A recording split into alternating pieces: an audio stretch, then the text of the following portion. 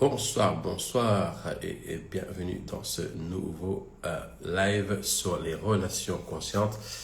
Alors, le live part à 20h30 comme prévu. Ça faisait un moment que je n'avais pas fait de live. Donc, c'est un plaisir pour moi de recommencer, prendre ce sujet. C'est vrai que je me suis lancé beaucoup sur le sujet entrepreneur. Mais pour moi, entrepreneur, relation, il y a à voir parce que les entrepreneurs aussi ont des relations. Et les entrepreneurs, pour moi, sont des personnes qui, comme tout le monde, bien évidemment, mais dans le chemin de l'entrepreneuriat, bien souvent, un des sujets très importants, c'est la relation. Le conjoint, la conjointe. Comment est-ce que le conjoint et la conjointe avec son partenaire, ça, c'est des sujets qu'on abordera peut-être dans cette session, s'il y a des questions à ce sujet-là ou pas. En tout cas, voilà, ce sont des sujets qui sont à aborder. Ça va dans tout ce qui est équilibre, vie personnelle, vie privée et la conscience, bien évidemment. Et bien dans tout cela, comment aborder cette relation dans cette vie-là et bien avec ton partenaire, c'est super important. Alors, comme tous les lives, ce n'est pas une conférence, ce n'est pas un séminaire, c'est un live question-réponse. Très clairement, s'il n'y a pas de questions, et puis il n'y a pas de live. Voilà, je vais quand même faire une introduction sur ce qui est pour moi les relations conscientes. Ce sont pour moi les relations conscientes. Et puis ensuite, je te proposerai de poser des questions et j'y répondrai en tout cas en fonction de ce que moi j'ai compris, ce que j'ai appris aujourd'hui. Faire un peu un retour sur quelles sont les relations conscientes pour moi. Les relations conscientes, c'est une relation où je suis conscient que premièrement, tu n'es pas là pour me rendre heureux, pour me rendre heureuse. La relation consciente pour moi, c'est comprendre que tu es là pour me montrer ce que moi, je ne vois pas en moi. Je pars toujours depuis la conscience d'unité.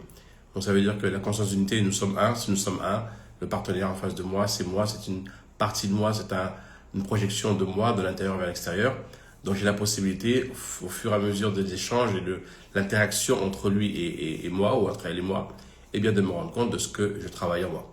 On peut l'appeler l'effet miroir ou peu importe. Donc la relation consciente, pour moi, c'est juste ça. Être conscient que mon partenaire en face de moi me montre des choses qui ont à voir avec moi. À partir de là, j'ai deux possibilités.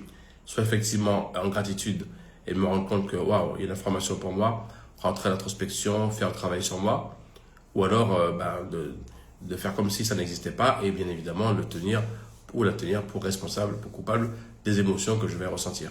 Relation consciente nous amène toujours vers la responsabilité émotionnelle parce que c'est uniquement depuis là est-ce que tu peux évoluer, ou tu peux comprendre qu'est-ce qui s'est passé, pourquoi ça s'est passé, ce que ça dégage en toi, ce que ça crée en toi, et à partir de là, créer une autre possibilité pour toi et ta relation.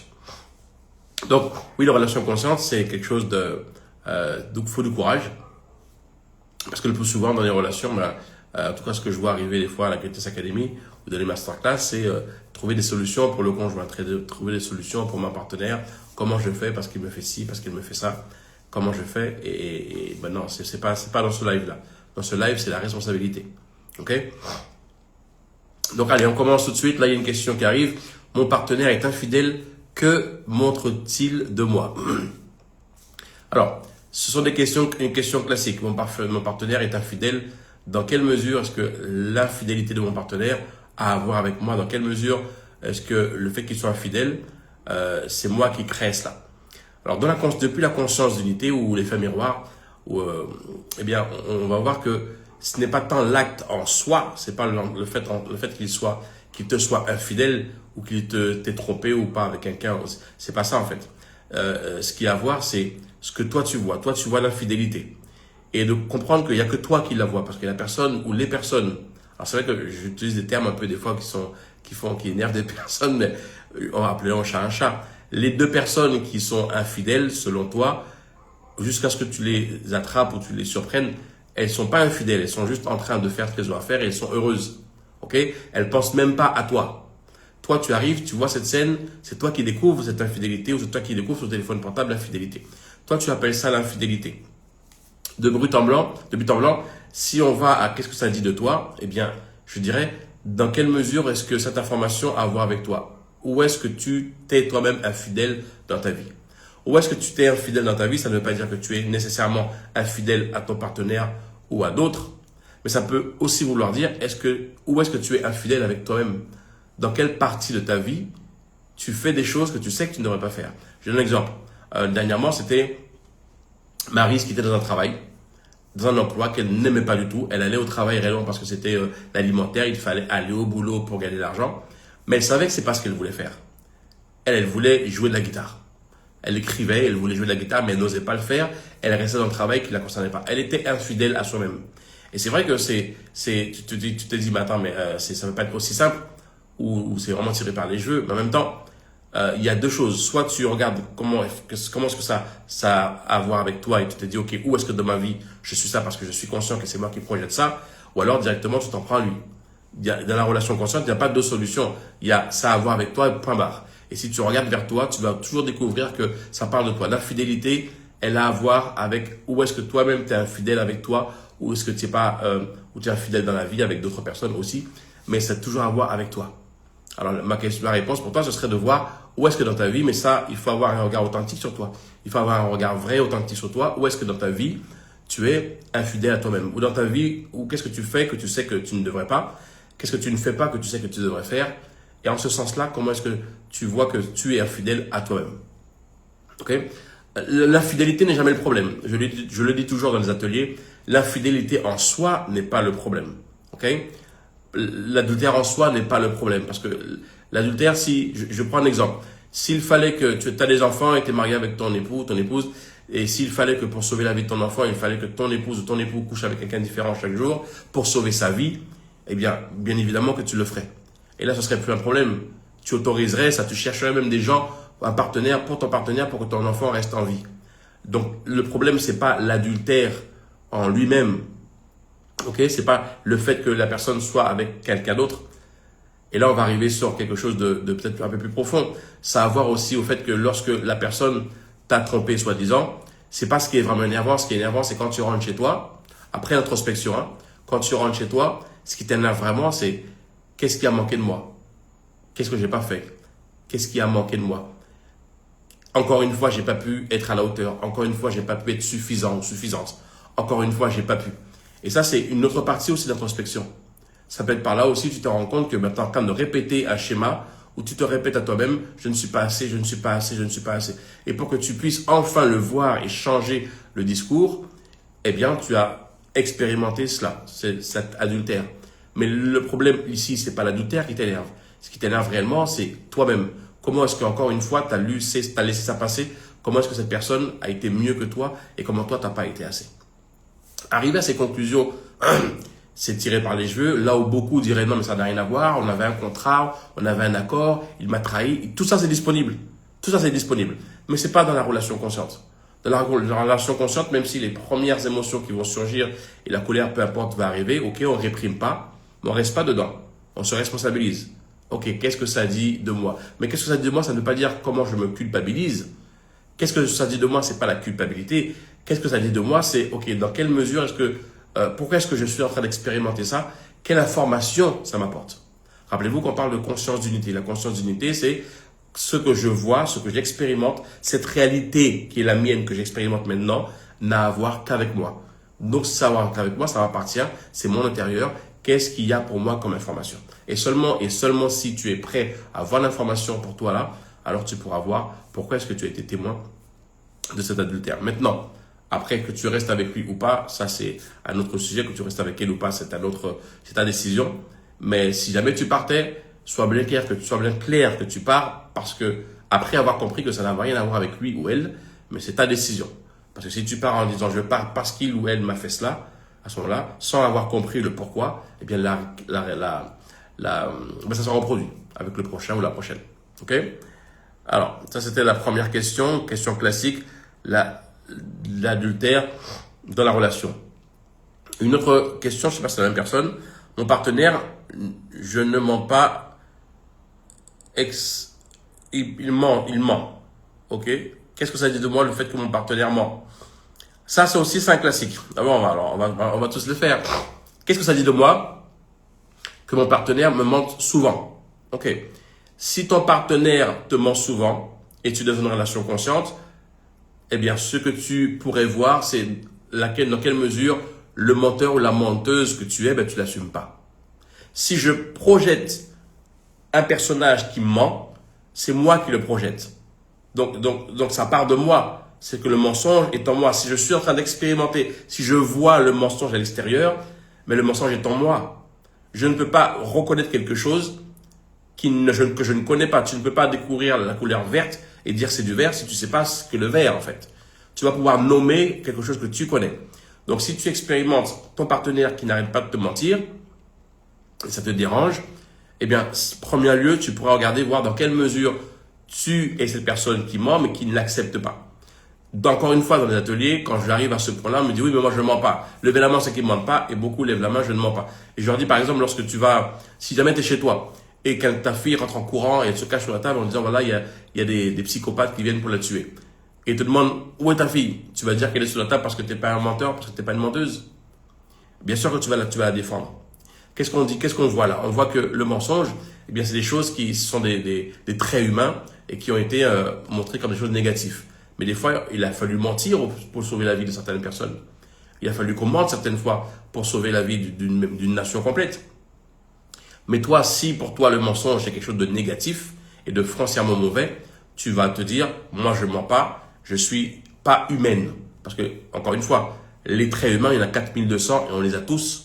On est tous menteurs en fait. Ça fait partie du trait humain. Et quand toi tu dis, je ne suis pas menteur, je ne suis pas menteuse, ce que tu dis c'est, je ne suis pas humain. Tu te sépares.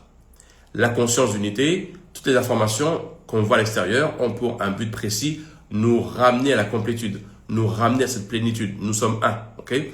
Donc si je vois un menteur à l'extérieur, et ça m'énerve, ça veut dire que moi-même, le menteur que je suis, je ne le reconnais pas, je n'accepte pas. L'invitation ici, c'est d'embrasser ce menteur que je suis, reconnaître les traits que j'ai en moi, dire ok, c'est vrai que moi aussi je mens quelquefois. Je mens peut-être à mes enfants. Les mères sont des très grandes menteuses. Tu viens de te fâcher avec papa, l'enfant te dit maman, qu'est-ce qu'il y a? Non, c'est rien. Mais tu as menti en fait. Alors oui, c'est un pieux mensonge. Tu as menti pour protéger tes enfants, mais tu as menti. Les mères mentent beaucoup par amour, on dira, mais c'est aussi du mensonge. Il y a du mensonge partout. Et l'idée, c'est pas de dire le mensonge est bien, le mensonge est mal. L'idée, c'est de reconnaître que c'est un trait humain que tu as et que tu es dans cette expérience humaine ici. Et si tu vas jouer la séparation, eh bien, quand tu verras le mensonge à l'extérieur, ça va t'énerver. Donc, qu'est-ce que ton partenaire te montre ici? Ton partenaire te donne l'opportunité de reconnaître que nous sommes un.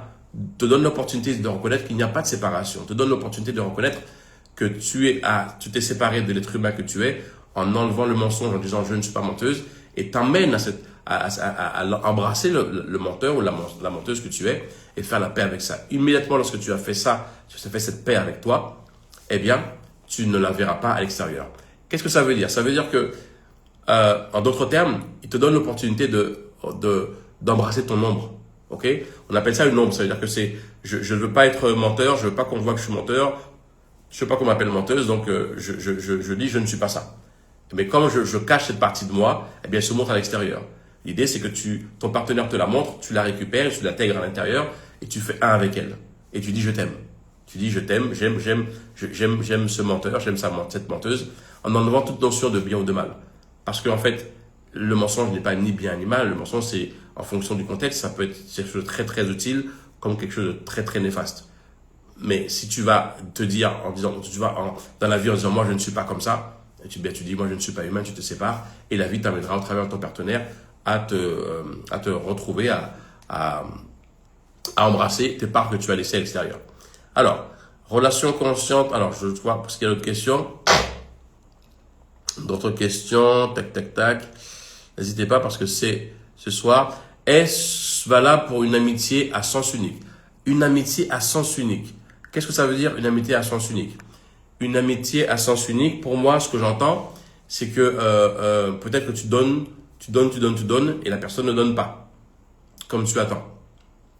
Les relations à sens unique, que ce soit amitié ou toutes sortes de relations à sens unique. Je donne, je fais le premier pas, j'appelle, je prends des nouvelles, ou c'est moi qui dépense, c'est toujours moi qui fais et il n'y a rien en retour. Qu'est-ce que ça nous montre là? Depuis la conscience d'unité, encore une fois, de plus une relation consciente, si je suis embêté parce que je sens que la personne en face de moi ne me donne pas ce que moi je donne, ça veut dire que je suis en train de recevoir un message que je ne donne pas de manière inconditionnelle. Ok? Ça montre de moi que je ne suis pas en train de donner de manière inconditionnelle. J'appelle la première fois, c'est moi qui appelle tout le temps en premier, c'est moi qui prends des nouvelles. mais je me dis, ok, je fais ça parce que j'attends d'elle ou de lui qu'elle fasse la même chose. C'est pas inconditionnel, c'est conditionnel. Je le fais en attendant que. Comment je sais que c'est conditionnel? Parce que maintenant, tu te dis, ça va dans un sens, ça va pas dans l'autre. Et si je te pose la question, qu'est-ce qui manque? Qu'elle fasse la même chose que moi je fais. Que je sente qu'elle est là aussi comme moi. Ça veut dire qu'il y a une condition à votre relation. Ça te montre quoi alors? Ça te montre que tu as créé une amitié où tu veux que la personne soit comme tu veux qu'elle soit. C'est pas une relation libre. C'est une relation conditionnée. Okay? Tu voudrais que la personne soit exactement comme tu veux qu'elle soit. Autrement dit, comme toi, tu conçois que devait être l'amitié. Et donc là, pour toi, elle est dans le sens unique parce qu'elle ne revient pas comme tu attendrais qu'elle vienne, comme tu attends qu'elle vienne. Donc on a là quoi? Je veux avoir raison. Comme je pense que devrait être l'amitié, c'est comme ça que c'est. On a le contrôle.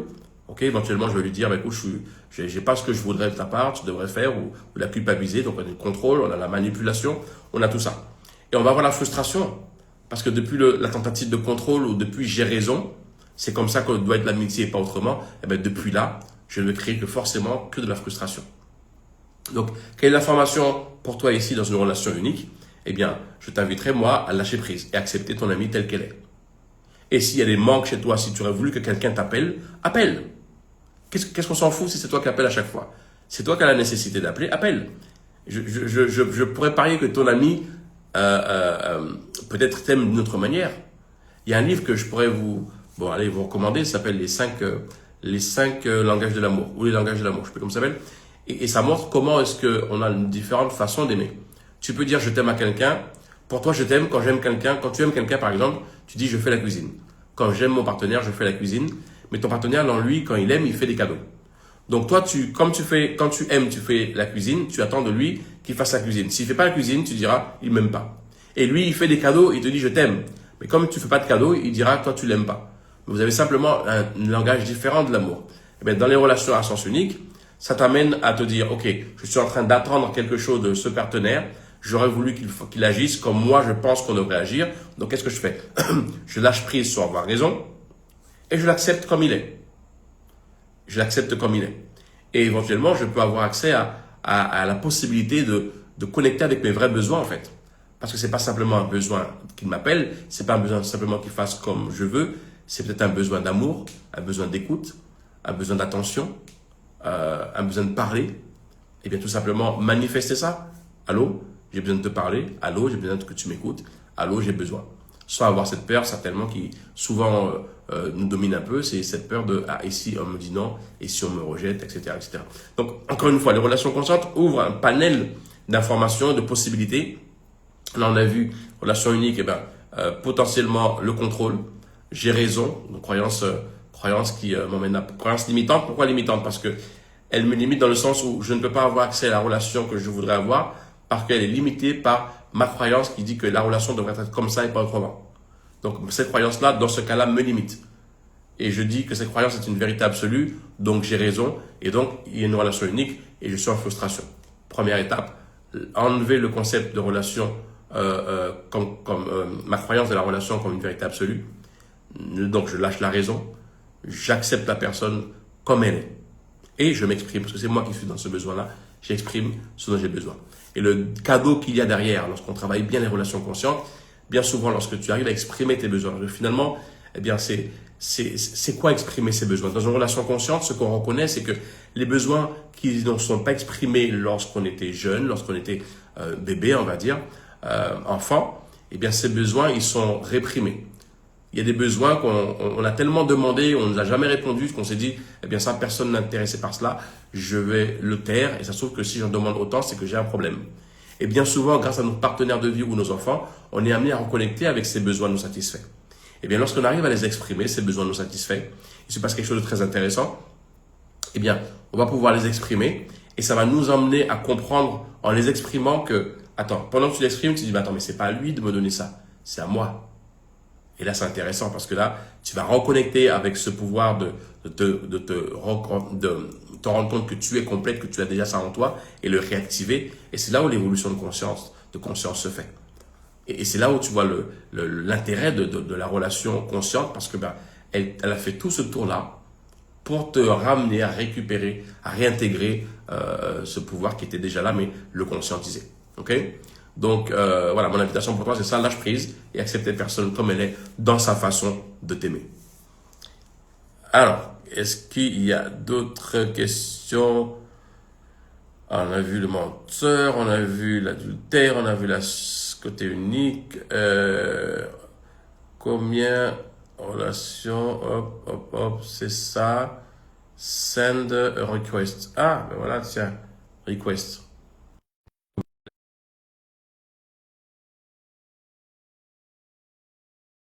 Réponds. En attendant, je prends une question.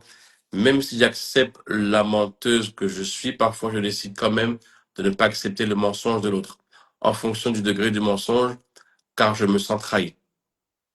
C'est bien, j'aime beaucoup ta réponse. Je me sens trahi. Donc, c'est pas qui t'a trahi, donc ça montre déjà une certaine lucidité. C'est ton interprétation de ce qu'il a dit, c'est-à-dire que il t'a dit ça. Son intention n'est pas de te trahir, mais c'est ce que toi tu interprètes. Euh, il y a plusieurs choses dans ce que tu dis. La non-acceptation de ce mensonge ou le désir de trahison.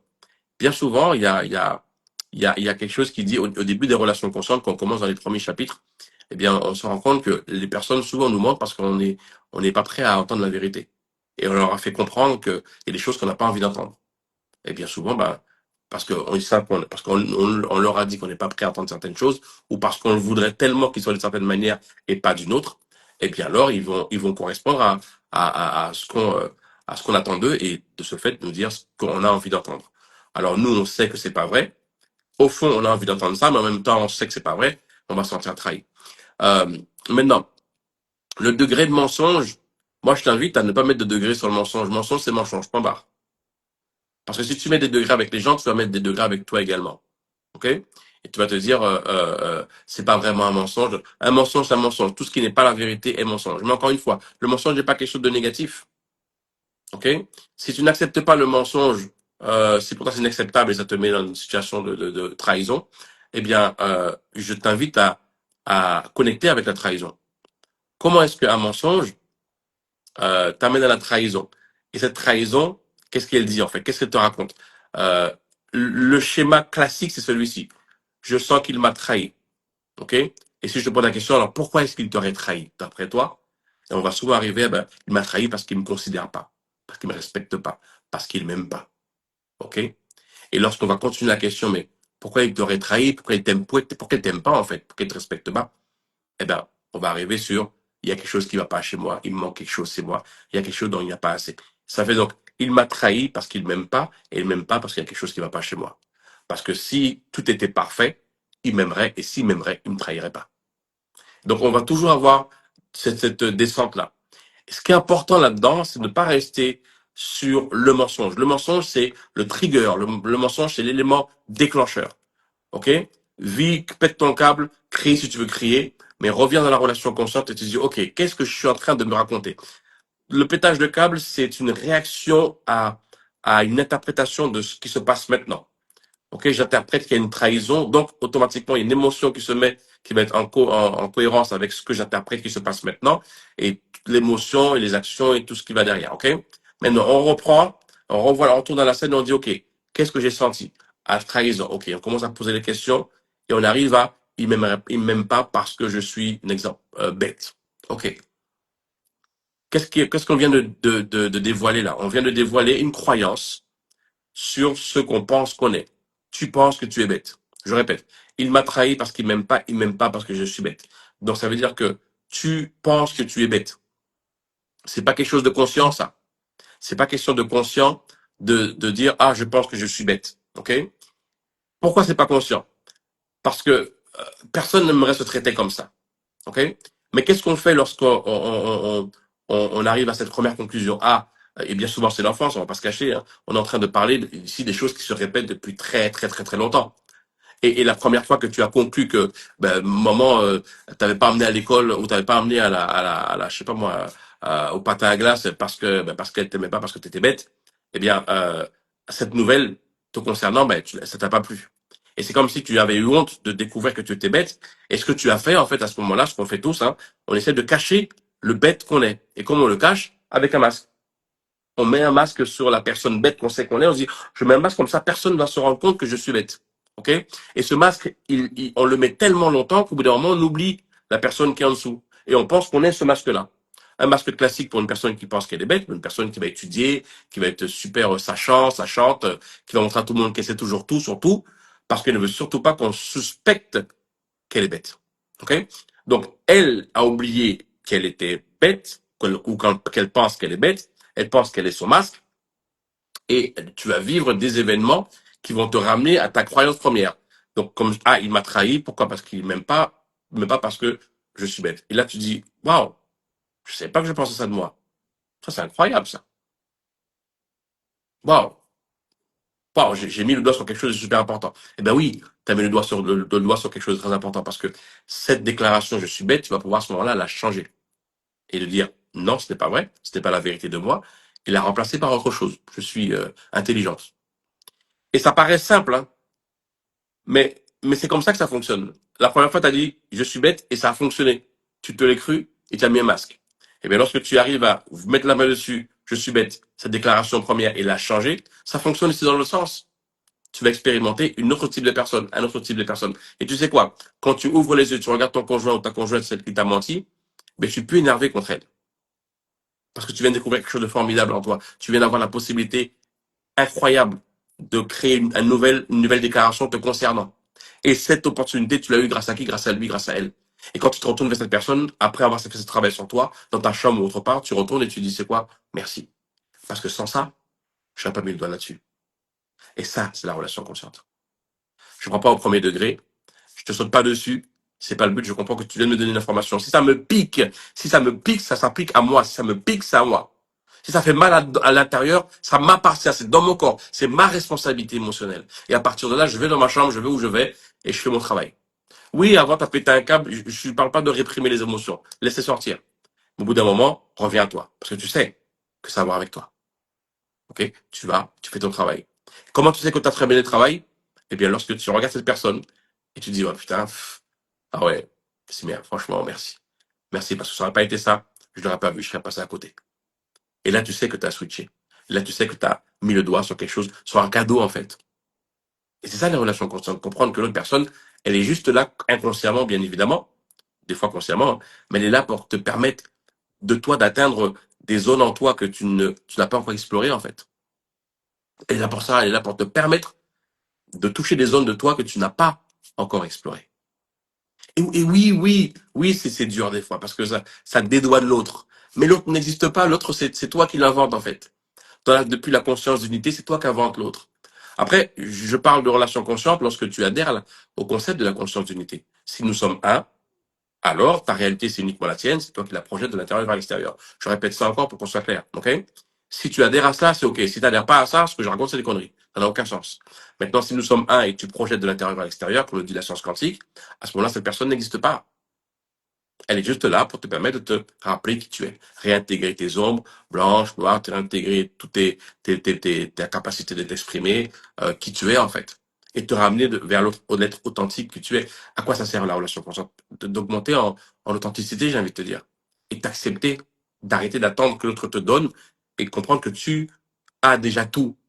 Je répète, d'arrêter d'attendre que l'autre te donne et comprendre que tu as déjà tout. Je ne dis pas que c'est à toi de te le donner parce qu'en fait, il ne te manque rien. Ce n'est pas simplement d'arrêter d'attendre qu'ils te rendent, qu'ils te donnent des choses ou elles te donnent des choses, de comprendre que tu les as déjà.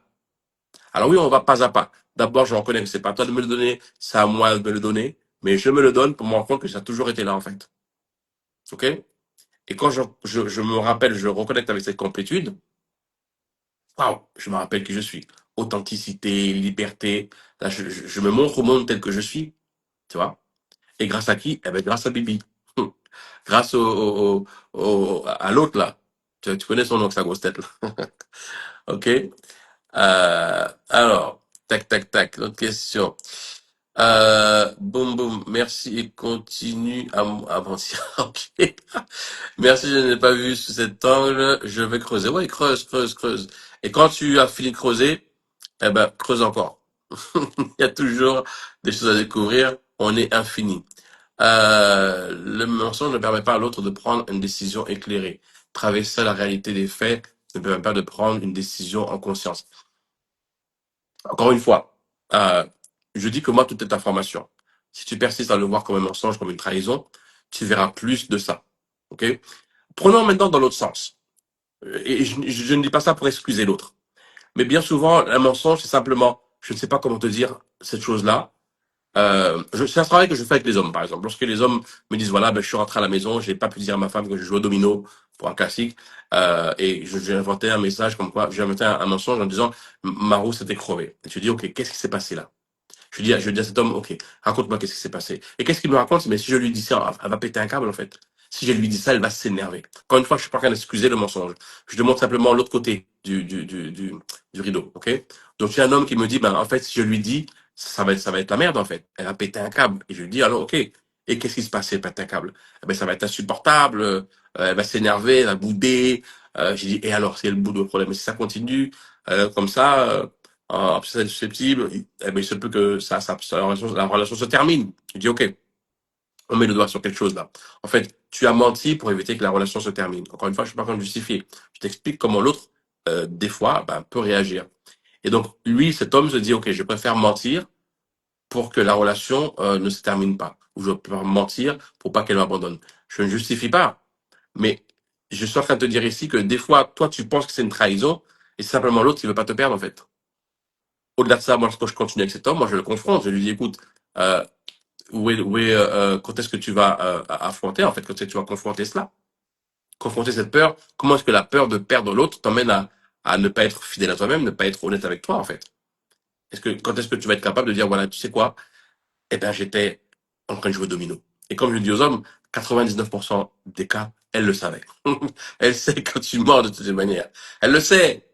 Mais elle attend de voir ce que tu vas être capable. Ce qui énerve, c'est pas que si c'est menti, c'est elle le sait, en fait. Elle le sait que tu n'oses pas. Ce qui énerve, alors, je pars sur un autre sujet, j'ouvre la parenthèse, je vais sur homme-femme rapidement, à un autre niveau.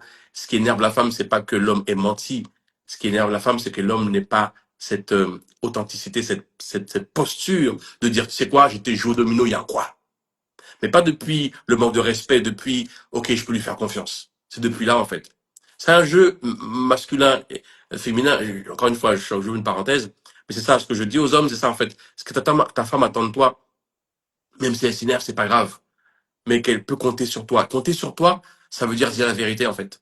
Et c'est-à-dire être fidèle à toi-même. Et même si elle s'énerve, c'est pas grave. Ça fait partie du côté féminin. OK?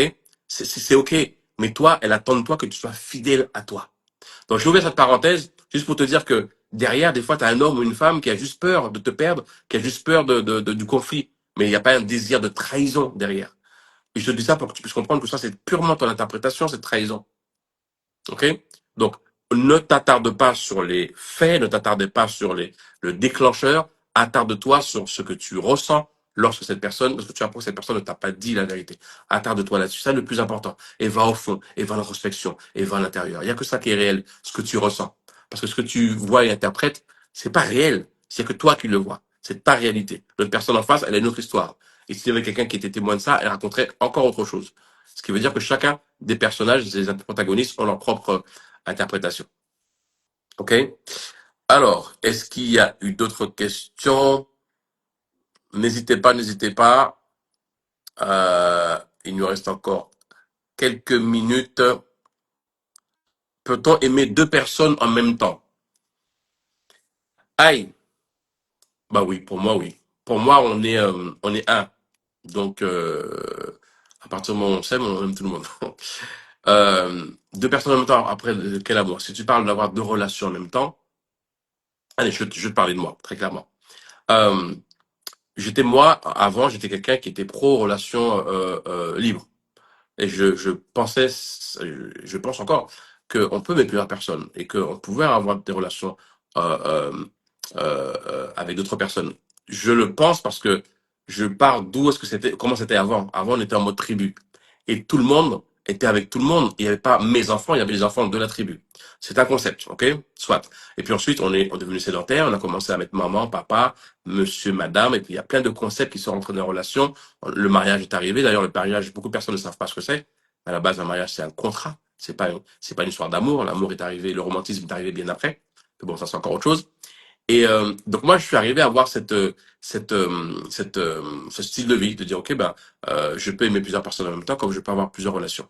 Mais au moment au fur et à mesure de mon évolution, j'ai l'impression dans mon cheminement d'éveil de conscience, de spiritualité, peu importe, j'étais mis face à quelque chose, un questionnement. Et la question, c'était qu'est-ce que tu cherches? La question, c'était qu'est-ce que tu cherches? Ok, d'aller ici, d'aller là-bas, d'aller là, mais tu cherches quoi? Et là, j'ai pas eu réponse, en fait. Et je me suis rendu compte qu'en fait, à la fin, ce que je faisais, c'est fuir. Parce que déjà, avec une partenaire, il y a beaucoup de travail.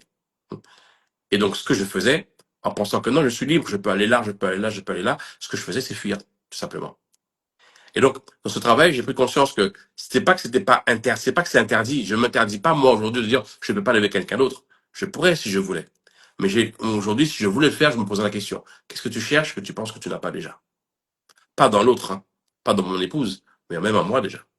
Qu'est-ce que je recherche que je pense que je n'ai pas encore? Travaille dessus avant d'aller voir autre part. Et c'est à ce moment-là que j'ai fait ce choix. J'ai fait ce choix d'être qu'avec elle, d'être qu'avec moi.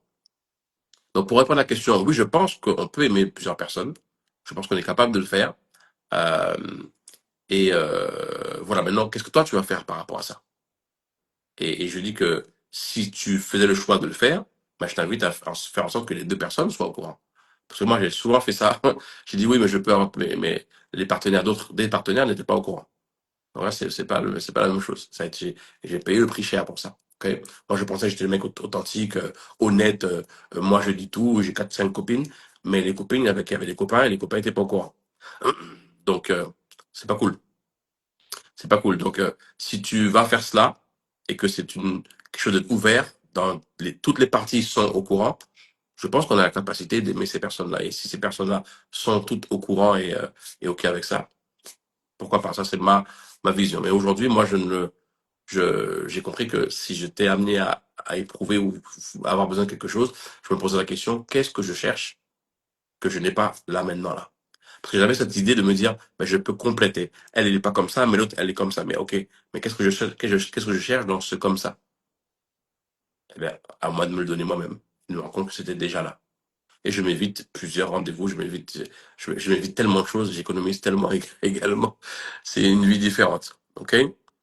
Euh, alors, est-ce qu'il y a eu d'autres questions? Je fais tourner. Hop, les hommes ne disent pas la vérité ou ne parlent pas même quand on pose des questions, pas de réponse. Alors déjà, on n'est pas les hommes en général, c'est pas des grands parleurs, hein, c'est pas des gens qui s'expriment énormément, des gens qui s'expriment énormément. Mais encore une fois, bien souvent quand je fais des relations mixtes, alors c'est des rencontres hommes-femmes, il y a un truc qui revient souvent, c'est que bien, la femme, elle pose des questions, mais elle n'est pas prête à la réponse. Elle veut pas avoir la réponse. Elle n'est pas prête à l'entendre, la réponse. C'est que tu poses la question des fois, mais si la vérité était dite, mais tu l'assumes pas. Tu vois ce que je veux dire? Bon. Alors, je suis pas en train de dire, ouais, ils ont raison de parler de la vérité. Parce que de l'autre côté, moi, je dis aux hommes, assume, en fait. Ouais, mais l'assume pas. C'est pas ton problème. C'est son problème. Toi, tu dis la vérité. Toi, tu es fidèle à toi-même. Eh bien, elle m'a demandé est-ce que ceci, cela, mais si je dis la vérité, elle va jamais l'accepter. Mais ça, c'est elle. Si elle n'accepte pas qu'elle gère ça, qu'elle gère sa crise. Toi, tu es fidèle à toi-même. Mais la vraie relation, elle est là. Et je t'assure que une femme, par mon expérience, hein, une femme à qui tu dis la vérité, même si elle est blessante, même si elle fait mal, mais elle sait te respecter parce que tu dis la vérité. Et ça, alors, j'ai pas vu tous les hommes, toutes les femmes de la planète, hein, mais à chaque fois que j'ai pu expérimenter ça, il y avait toujours ça, ce côté, j'ai dit la vérité. Maintenant, encore une fois, si tu vas demander la vérité, je t'invite à te dire, bah, assume la réponse. Assume la réponse. Parce que des fois, il y a des vérités qui font mal un peu. Ok? Un autre sujet. J'accompagne beaucoup de femmes afin qu'elles regagnent confiance en elles, surtout la relation avec leur corps. Certains hommes me demandent de créer aussi des safe space pour eux. Go! S'il y a des hommes qui veulent être, comment dire, en confiance avec leur corps, c'est magnifique. Ouais, c'est magnifique pour les femmes, pour les, euh, pour les hommes. Alors, je fais ce travail-là, mais différemment. Mais ça a commencé comme ça, pour ensuite libérer le corps. Parce que dans les relations aussi, le corps pèse beaucoup. Le corps pèse beaucoup. Le corps est euh, souvent un outil. J'ai eu beaucoup de femmes quand je faisais les cercles mixtes, euh, qui disaient oui, mais les hommes, ils pensent qu'il y a une seule chose, etc. Et je disais oui, mais quand tu sors de chez toi, comment est-ce que quand tu t'habilles, quand tu te regardes certaines parties, est-ce qu'il n'y a pas un jeu aussi là, tu vois? Parce que est-ce qu'ils vont pas répondre à ce que tu donnes? Et comme pour les hommes qui mettent en avant leur économie, leur argent, et qui disaient oui, mais les femmes elles pensent qu'à l'argent, mais ouais, mais c'est ce que tu leur as montré en premier, tu vois? Donc oui, les hommes ont ce côté de se montrer en fonction de ce qu'ils ont, et les femmes de ce qu'elles sont. Euh, euh, mais lorsqu'on lâche le corps, lorsqu'on lâche le côté capital matériel, eh bien, il se passe des choses extraordinaires. Alors, c'est bien si tu accompagnes les femmes et les hommes, eh bien, c'est magnifique. Et j'avais jamais entendu des femmes qui accompagnent les hommes pour ça. Ben, non, attends, avant-hier, attends, avant-hier, il y a quelqu'un avec qui je travaille qui fait des cercles de femmes et qui, justement, allait faire des actes d'hommes. Elle me demandait, elle me dit, Steve, est-ce que tu vois, alors, ce que tu penses d'une femme qui fait des cercles d'hommes? Euh, alors, je dis, bah, si les hommes acceptent ça, c'est OK, mais il y a beaucoup de projections, beaucoup de projections. Quand une femme fait un cercle d'hommes, eh bien, généralement, les hommes, j'ai fait ça, mais des femmes dans les cercles d'hommes, généralement, il y a beaucoup de projections sur la mère, sur les sœurs, sur le féminin. Beaucoup de projections. Et c'est très costaud de pouvoir gérer ça et de ne pas le prendre personnellement et contenir l'espace pour que la projection soit saine et mais c'est possible. Mais tu nous en parleras. J'imagine. Mais je ne sens pas. Ah, ok, c'est pas fini. Je n'ai pas l'estime de le faire, car pour moi, c'est un homme de le faire. Mais si les hommes te sollicitent, c'est que peut-être que c'est le moment. Mais encore une fois, attention aux projections. Aux projections, c'est parce que pour l'homme, oui, il y a beaucoup de choses. Déjà, rien comme lorsque je fais des cercles d'hommes ou des ateliers pour hommes, il y a un moment donné où il y a une nudité qui est mise entre les hommes. On est à nu, littéralement. Et même déjà, nous, entre nous, déjà, premier réflexe, c'est le sexe. La grandeur du sexe, le petit sexe, le gros sexe. Déjà, entre nous, faut qu'on dépasse cette barrière entre nous, déjà. Donc, je ne pense même pas à la femme qui est là aussi, comment ça devrait être. Je n'ai pas été jusque-là. Mais déjà, entre hommes, la nudité entre hommes, c'est un sujet énorme. On n'a pas idée. Pas parce que c'est pas comme dans les vestiaires de rugby comme, ou de foot. Non, c'est pas, c'est pas comme ça dans la vraie vie. Dans la vraie vie, c'est un autre délire. Beaucoup de comparaisons, beaucoup de comparaisons entre les hommes. Mais si les hommes t'ont sollicité pour ça, vas-y, mais la projection, renseigne-toi là-dessus. Projection des hommes sur la femme, dans le cadre d'un, d'un cercle. Va sur ChatGPT, par exemple, pose-lui la question. C'est très documenté ces choses-là, mais il faut vraiment, je dirais, il faut vraiment un ancrage, un bel ancrage pour pouvoir euh, tenir cet espace. Donc, pas possible. Merci Steve, j'ai eu peur. Ok. Un homme fidèle à lui-même sera fidèle. Oui, bien évidemment. Un homme fidèle à lui-même sera fidèle. Fidèle à qui? Il sera fidèle à lui-même, c'est tout. Je répète, hein. Un homme fidèle à lui-même sera fidèle à lui-même. Point barre.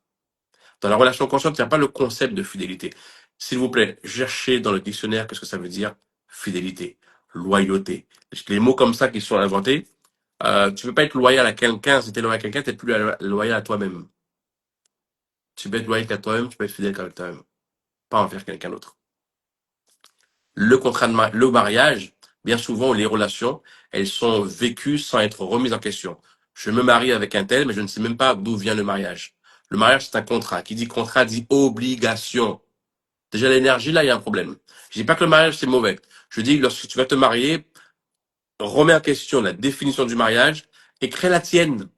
Qu'est-ce que le mariage pour moi? Mais si tu rentres dedans tête basse, juste les dragées, les chauds d'eau, les gâteaux et la bague, mais tu es dans un concept, en fait, que tu ne domines pas, que tu ne maîtrises pas et que tu vas faire comme les gens mariés. Oui, mais qu'est-ce que toi, tu as à dire là-dessus? Ben rien, parce que tu ne le vois pas, en fait. Remets en question. Ça veut dire quoi être marié pour moi? Ok, ça j'aime, ça j'aime, ça j'aime, ça j'aime, ça j'aime, ça j'aime pas, ça j'aime pas, ça j'aime pas, et je crée mon concept du mariage. À partir de là, ok. Mais le mariage, à la base, c'est contrat, c'est obligation. Depuis obligation, il n'y a pas d'amour, il y a de l'obligation. Depuis l'obligation, c'est la contrainte. Il n'y a rien d'amour qui naît à partir de là. Et encore une fois, je ne dis pas qu'il ne faut pas se marier. Je dis, redéfinis pour toi ce qu'est le mariage. Et à partir de là, normalement, le mot fidélité n'y sera pas. Si tu choisis la relation consciente, nous sommes tous libres. Et attention, quand je parle de liberté, les gens me disent, ah, je peux voir à droite, à gauche. La liberté, c'est pas aller voir à droite, à gauche. La liberté, c'est libre d'être qui tu es, comme tu es, sans avoir le cacher ni à ton mari, ni à ta femme. J'ai des femmes qui viennent aux ateliers et qui leurs maris ne sont pas au courant. Et je dis, je parle de cette liberté-là. Pas la liberté du genre, il m'empêcherait d'y aller, mais ce que je ne peux même pas lui dire. Ou d'un homme qui ferait telle activité, qui dirait, je peux pas dire ça à ma femme parce qu'elle va pas prendre ça. C'est quoi la relation? Ou dit, je ne veux pas le dire, je ne veux pas être moi-même pour qu'elle soit bien. Je ne veux pas être moi-même pour que lui soit bien. C'est pas une relation consciente, ça. C'est depuis la peur. Et puis ça fait sens parce que les relations, si tu vois au début, si tu prends les relations au départ, c'est deux personnes qui se parlent, ok? Mais ces deux personnes qui se parlent sont deux masques à la base. Deux masques. Pourquoi je mets un masque quand je vais draguer? Pourquoi je mets un masque quand je vais aborder une femme ou un homme? Parce que je veux qu'elle me voie sur mon meilleur jour. Je veux qu'elle m'aime, je veux qu'elle m'accepte, je veux pas qu'elle me rejette. Parce que moi-même, je me rejette déjà. Rappelle-toi qu'en dessous le masque, il y a le bête. Donc je mets un masque pour paraître intelligent et c'est ce masque-là que je montre à l'autre. Mais l'autre aussi, il a son masque. Donc, on a deux menteurs qui se parlent dès le début. Deux masques qui se parlent. Chacun des deux évitant d'être rejeté. Ok? Mais le masque, ça demande beaucoup d'énergie à être tenu, à être maintenu. Et à un moment donné, ben, le masque, il s'évapore. Et donc, en face, eh bien, tu as ce qu'il y a. Ok? Et après, chacun va réagir en fonction de ses besoins ou de l'importance dans cette relation-là. La liberté, c'est le mot, en fait. Pas plus tard, je discutais avec mon épouse, elle était dans un état émotionnel et je me suis senti un peu mal. Je me suis dit, mais qu'est-ce que je peux faire? Pourquoi est-ce que tu réagis comme ça, etc. J'étais un peu inquiet. Et elle me dit, mais mon chéri, laisse-moi vivre mon émotion, en fait. Laisse-moi vivre mon émotion. Et c'est ça aussi, c'est appréciable d'avoir quelqu'un qui fait le travail en même temps que toi. Elle me dit, mais laisse-moi vivre mon émotion. Même si je parais dire que c'est par rapport à quelque chose que tu as dit ou fait, mais ça, c'est mon interprétation, c'est mon émotion. Laisse-moi la vivre, la traverser. Mais toi ne change pas en fait. Tu es bien comme tu es, c'est à moi de faire ce travail-là. Moi j'ai cherché à invalider son émotion en disant mais non mais tu peux pas sentir comme ça par rapport à ça. Et j'ai dit ben non en fait elle a le droit de se sentir comme elle veut et si moi ça me dérange, ça va faire mon boulot. Ok? Mais elle m'a repris en disant mais laisse-moi vivre mon émotion. J'ai besoin de la vivre comme ça et quand ce sera fini voilà toi je vis ce que tu as à vivre. Tu vois? Et c'est ça ce niveau de responsabilité. Mais pour moi j'ai dû faire accéder à cette liberté de la laisser libre de vivre cette émotion même si je ne la comprenais pas même si je ne l'approuvais pas. Mais c'est lui donner cette liberté de pouvoir la vivre comme elle me donne la liberté, comme moi je me donne ou qu'elle me donne cette liberté de pouvoir vivre mon émotion comme je le souhaite. De relation consciente, c'est avant tout la liberté. Que je répète, c'est pas la liberté d'aller voir ailleurs, c'est la liberté d'être toi. Et tu sais, quand tu es toi, tu vas pas voir ailleurs. Parce qu'il y a pas ces besoins-là.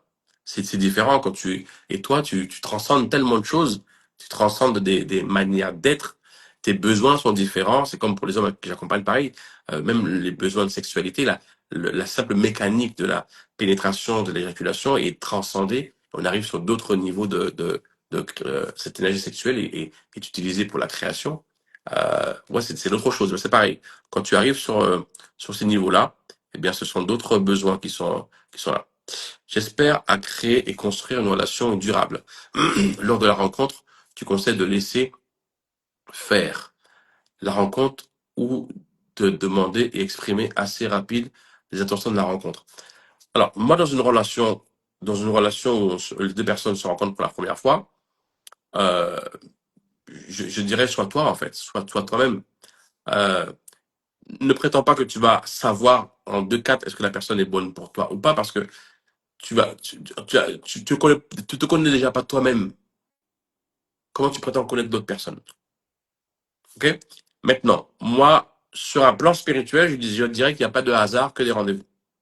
Si vous êtes amené, si vous êtes amené à être ensemble en train de discuter cette éventualité de créer une relation durable, eh ben c'est parce qu'il y a eu suffisamment de signaux qui ont été reçus des parts et d'autres, et vous avez été d'accord.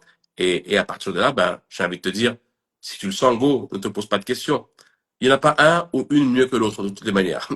On est tous cassés. Tout cassé dans le sens où il n'y a pas le prince charmant. Il n'y a pas la princesse charmante. C'est pas le but. Le but de la relation consciente, c'est pas la princesse charmante ou le prince charmant. C'est celui qui va te faire chier. C'est ça le but. Mais au début, ça fait chier parce que tu vas réagir en quart de tour et tu vas dire oui, il m'a menti, il m'a machin. Et quand tu rentres dans la relation consciente et tu comprends que il fallait vivre ça pour que tu puisses mettre le doigt dessus, là, tu vois plus celle ou celui qui te fait chier. Tu vois le professeur. C'est la partie la plus belle de la relation consciente. Quand tu commences à arriver à un niveau de conscience où tu vois un professeur et tu vois plus un connard ou une connasse. Et tu vois, voilà, ça reste dur, ça reste challengeant, mais tu sais déjà que derrière, il y a le cadeau. Donc, tu as de la gratitude constamment. Et tu as besoin de celui qui te pousse sur les boutons, qui t'appuie sur les boutons. Tu veux pas un mec ou une nana avec qui ça se passe super bien. Tu veux pas une relation parfaite parce que tu vas te faire chier. Moi, chaque fois que dans les ateliers relations, j'ai des couples qui me disent oui, il n'y a pas de problème, il n'y a pas de problème, on fait des compromis. Je dis quel compromis? Les compromis, c'est deux personnes qui acceptent d'avoir un peu moins ce qu'elles voulaient réellement. Et à la fin, quand je pose les questions, je les coach tous les deux ensemble dans les relations de couple, eh bien, il y a deux frustrés. Il n'y a pas de compromis. Ça, c'est ma vision des choses, bien évidemment, ok? Donc, go. Tu sens que ça passe, ils sont bons, t'aimes son parfum, t'aimes ses yeux, vas-y, go. De toutes les façons, c'est la même chose partout, en fait, de façon différente, ok? Go. Et maintenant, gère ta crise, parce que il est là pour toi. Et tu l'as attiré, en fait. Il est là pour toi. C'est lui qui va te mal te parler, peut-être pour que tu te respectes, en fait. Celui qui va te manquer de respect pour que tu puisses avoir de l'estime en toi et reconnaître ta propre valeur. Celui qui va te crier dessus pour que tu puisses savoir dire stop. C'est ce que je veux dire? C'est lui, en fait. Ou elle. Ou pas, on sait pas. Mais à hésiter comme ça, finalement, il n'y a rien. Go. Go, il y a pas la bonne personne. C'est toujours la bonne personne. C'est toujours, toujours, toujours la bonne personne. Exactement ça. Les projections, je pense que j'en ai peur, que je ne suis pas assez sécure dans ma relation aux hommes. Tu as mis les mots sur ce que je n'arrive pas à exprimer, merci. Ok. Ma relation aux hommes, si je sais pas dans quel pays tu vis, mais à l'occasion, pas dans un cercle mixte. C'est très intéressant les cercles mixtes. Si tu es en Guadeloupe, Martinique, Guyane, fais les cercles mixtes. Je vais peut-être en faire en Zoom prochainement. Reste aux aguets. Les cercles mixtes, je fais une parenthèse. Euh, Souvent, quand je fais les cercles d'hommes, les femmes me demandent, Steve, est-ce qu'on peut assister? On va enlever la caméra, on va écouter. J'ai dit, mais tu vas écouter quoi? On va écouter ce que les hommes racontent. Et les hommes font la même chose à peu près. Et donc je me suis dit, mais attends, mais tu veux savoir pourquoi tu poses pas la question aux hommes? Et donc j'ai créé cet espace, cet cercle de mix où les femmes posent des questions aux hommes, mais des vraies questions. Pas des questions, pourquoi les hommes? Non, non, non, pas depuis là. Des vraies questions. Des vraies questions qui t'amènent à te dire, voilà, eh bien, j'ai peur. Ma relation, je me sens pas assez sécure avec les hommes. Et d'arriver à exprimer ça, en fait. Et c'est important qu'un homme puisse écouter ça. Un homme puisse écouter que je suis pas insécure et pourquoi je suis pas insécure. C'est important, ça, parce que euh, l'homme va se rendre compte comment, à tous les niveaux, ça a à voir avec lui aussi. Parce que c'est une seule conscience collective d'hommes comme des femmes. Et moi, en écoutant ça, je peux mettre une action qui fait changer beaucoup de choses, pas que pour toi. Parce que toi, quand tu parles, tu es la représentante des femmes, en fait. Tu vois? Donc, les relations mixtes, si j'ai fait par Zoom, venez. Et là, on va créer un espace où tu vas pouvoir t'exprimer, mais ça va demander beaucoup d'authenticité, beaucoup de vulnérabilité, sinon ça marche pas. C'est pas un champ de bataille où on se tire dessus, pas du tout. Ça demande beaucoup. Ça te demanderait à toi, par exemple, si tu étais dans un cercle mixte maintenant, je te demanderais de parler de ton insécurité. Je te demanderais que lorsque tu vois un homme, qu'est-ce qui se passe en toi? Qu'est-ce qui se passe dans ton corps? Quelles sont les pensées qui traversent ton esprit, sans les juger, simplement étaler ça, nous livrer à tous, qu'on conscientise ça. C'est un moment beau, c'est un moment puissant, c'est un moment nécessaire, c'est un moment de guérison en fait. Ok? Et là, les choses se remettent en place. C'est juste un moment d'écoute et de partage. Donc si tu entends ça, eh bien, si tu vois le Zoom passer, viens, inscris-toi, c'est gratuit, assiste, et à partir de là, bah, ton travail peut-être avec les hommes sera beaucoup plus simple. Qu'en est-il des valeurs? Je ne sais pas de quelle valeur tu parles. Steve, la relation consciente avec qui, nous-mêmes ou l'autre? La relation consciente, c'est la relation, le concept de la relation où toi, tu es consciente ou conscient que l'autre n'est pas là pour te rendre heureux, mais que c'est à toi de le faire. L'autre te permet de naviguer à l'intérieur de toi, de toucher des zones que tu ne savais pas qui existaient, au travers de son mensonge, son infidélité, son manque de respect, etc., etc. Il va te permettre de connecter avec toi. Donc, la relation consciente, c'est pas nécessairement que l'autre soit conscient. Précision. La relation consciente, ça n'a rien à voir avec l'autre, ça va avec toi. Toi, tu es conscient, consciente que la relation dans laquelle tu te trouves n'a à voir qu'avec toi. Lisez un livre qui s'appelle La maîtrise de l'amour de Don Miguel Ruiz, le même auteur que Les 4 50 Tech. Extraordinaire sur les points que je viens de vous partager ce soir. Euh... Alors, attends, tac, tac, tac. Hop. Donc, s'il y a des compromis, il y a de frustrés. Mais si la relation est parfaite, on s'ennuie. Les compromis, c'est une bonne chose ou pas? La relation parfaite, c'est la relation consciente pour moi. Et on s'ennuie pas. On s'ennuie pas. Les compromis, pour moi, à la fin, c'est de la frustration. En tout cas, à chaque fois que j'ai bu à coacher, à confronter les compromis, j'ai toujours une femme ou un homme qui dit, mais en fait, je voulais vraiment ça, mais j'ai pas osé parce que je voulais la paix. Mais ne pas oser, c'est pas avoir la paix. Le pas oser, c'est la peur. Ne pas oser dire, non, c'est là où je voulais aller. C'est là que je veux aller. Et ne pas oser le dire et accepter moins que ce que tu voulais. Pour moi, c'est pas un compromis. Pour moi, c'est pas chercher la paix. Pour moi, c'est la peur. Et quand ça cumule, à un moment donné, tu es au plein. Ça veut dire qu'à un moment donné, ben, tu es plein, en fait. Et ça explose. Et bien souvent, dans ces coachings de relations, eh bien, il y en a un qui dit, ah, ok, c'est vrai, en fait. Et ça s'énerve. Et plus qu'une crise, c'est une personne qui, mais attends, mais tu m'avais dit, ok, mais je comprends pas, tu m'avais dit, ok, ben non, en fait, c'était pas ok, en fait. C'était pas ok, mais il ou elle n'avait pas osé le dire. Elle t'a fait croire que tout allait bien. Et ça s'appelle de la manipulation. Quand je te fais croire que je suis ok. Non, c'est bon, pas de problème. Vas-y, cool. Pourquoi c'est la manipulation? Et je sais que je suis dur peut-être avec mes mots. Tu manipules ton partenaire quand tu lui fais croire que c'est OK parce que du coup, lui, il te voit d'une certaine manière. Et te dit, elle est bien cette meuf, il est bien ce mec. Tu lui fais croire que tu es comme ça, mais tu es pas comme ça. Tu lui fais croire que tu es comme ça pour que lui se dise, ah ben, c'est une bonne personne et qu'il te traite comme tu veux qu'il te traite. Et ça, c'est de la manipulation. Tu manipules la version de toi à ses yeux. C'est la manipulation. C'est pas la paix, ça. C'est du mensonge, et encore du mensonge, et encore du mensonge, et encore du mensonge, généré alimenté par de la peur. La vérité ou l'amour, c'est, écoute, je suis pas d'accord, c'est ce que j'ai envie de faire, c'est vraiment ce que j'ai envie de faire. Voilà, et je le fais. Et puis ensuite, c'est pas ce qui se passe. Et contrairement à ce qu'on pense, il n'y a pas forcément un conflit derrière. Il y a des personnes qui apprennent à évaluer si c'est aussi important pour eux ou pas, par exemple, ou peu importe autre alternative qui peut être disponible. On est presque sur la fin. Comment aborder l'alcoolisme et les addictions de son partenaire dans une relation consciente? Mais c'est toi qui l'as attiré, cet alcoolique. C'est toi qui l'as attiré. Pourquoi? Pourquoi?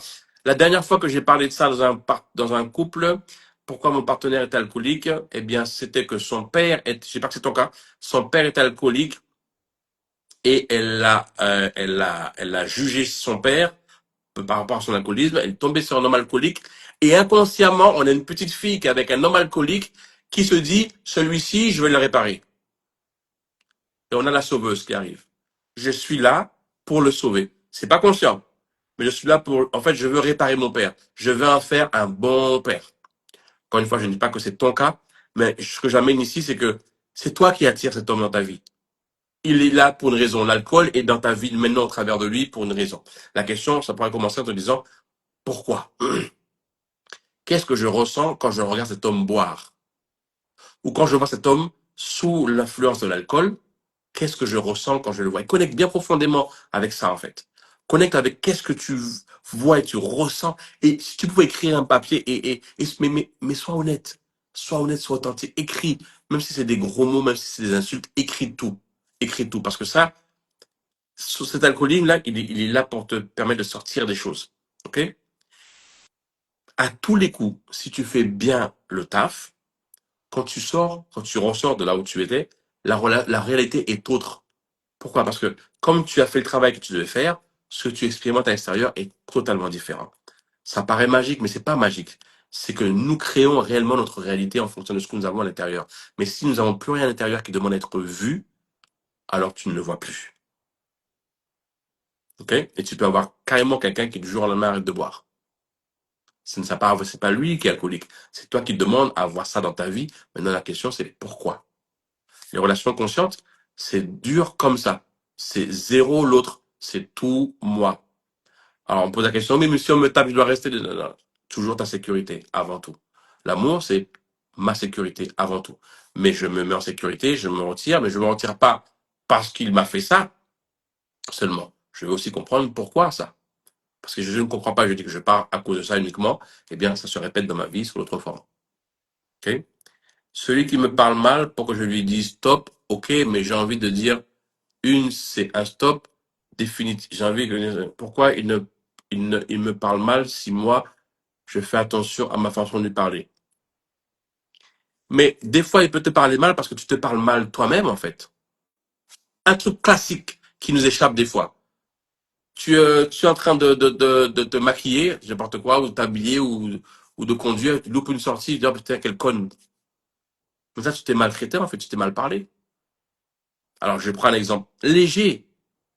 Mais si tu expérimentes un partenaire qui te parle mal, c'est que tu te traites mal toi dans ta vie.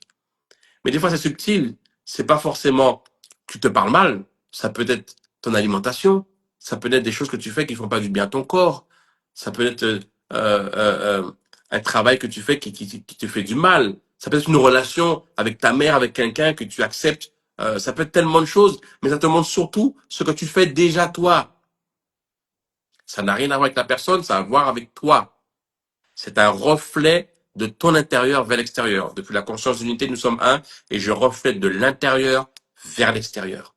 Ça a à voir avec toi. On prend ou on prend pas. On peut se défendre, c'est OK.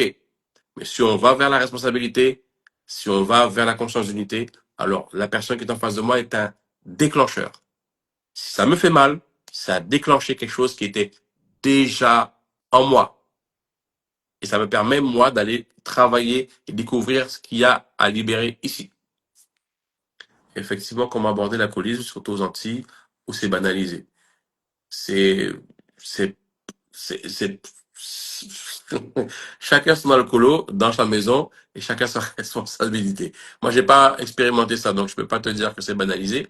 Mais je pense qu'il y a beaucoup de personnes, effectivement, qui vivent cette expérience et ils devraient, je les invite en tout cas à prendre la responsabilité de ce qu'elles ont généré, ce qu'elles ont attiré et de voir qu'est-ce qu'il y a à gagner pour eux. Et je termine avec la dernière question. Ça concerne plutôt ma famille. J'ai effectivement été beaucoup dans le sauvetage, mais c'est toujours présent dans mes croyances limitantes. Ah oui, effectivement, ça c'est par rapport au mari. Oui, ben souvent ce sont les sauveurs vont toujours avoir des cas un peu difficiles parce que c'est ce que vous attirez, parce que vous voulez sauver, parce que en sauvant vous avez le rôle de la bonne personne. Mais en étant la bonne personne, c'est surtout pas toi. C'est des sacrifices, c'est de la manipulation et c'est une manière de recevoir de l'amour. Moi, je suis là, c'est moi la bonne personne parce que regarde tout ce qu'il me fait, je suis encore là. Regardez-moi et ceci, cela. Et, voilà, au bout d'un moment, quand on a marre, faut arrêter. En quoi je suis responsable quand un homme me jette du soda dessus car j'ai refusé ses avances? Mais tu vois, ouais. En quoi je suis responsable? Je ne dis pas que tu es responsable. Je dis que nous attirons nos relations. On attire nos partenaires, on attire nos professeurs. Maintenant, tu as un professeur qui t'a jeté du soda dessus parce que tu as refusé ses avances. Maintenant, dans la relation consciente, c'est qu'est-ce que j'ai ressenti lorsque ça s'est passé. Ok? Comment j'appelle ce qui vient de se passer? Comment ça a à voir avec moi? C'est pas de dédouaner l'autre. Il t'a fait ça, tu peux prendre ton soda, le jeter dessus, tu peux faire ce que tu veux. Tu peux partir en courant, tu peux crier, tu peux le taper, tu peux faire ce que tu veux. Mais à la fin, c'est toi qui vis cette expérience, c'est ton information. Moi, je m'occupe pas de qu'est-ce que tu dois lui dire ou pas dire, ça c'est toi qui sais. Mais moi, en tout cas, lorsque des choses comme ça m'arrivent, eh ben voilà, si c'est humiliation, eh bien, humiliation, pourquoi? C'est un sujet. Mais dans le prochain Zoom ou live, on commencera avec ça si tu veux, l'humiliation. OK? N'hésite pas à commencer avec cette première question. On reviendra dessus puisque l'heure est déjà arrivée. En tout cas, merci à tous et à toutes qui avaient participé à ce live Les Relations Conscientes. J'avais demandé d'écrire vos questions. N'hésitez pas à commander, écrire vos questions pour la prochaine session. Quand je mettrai le flyers, écrivez vos questions, comme ça on gagne du temps et on va directement dans le vif du sujet. Soyez aussi comment dire, en alerte pour les zooms sur les relations, les zooms mixtes, pardon, hommes-femmes, où on se parle clairement et vrai. Et puis voilà. Bonne soirée à tous et à très bientôt. Merci d'avoir été là.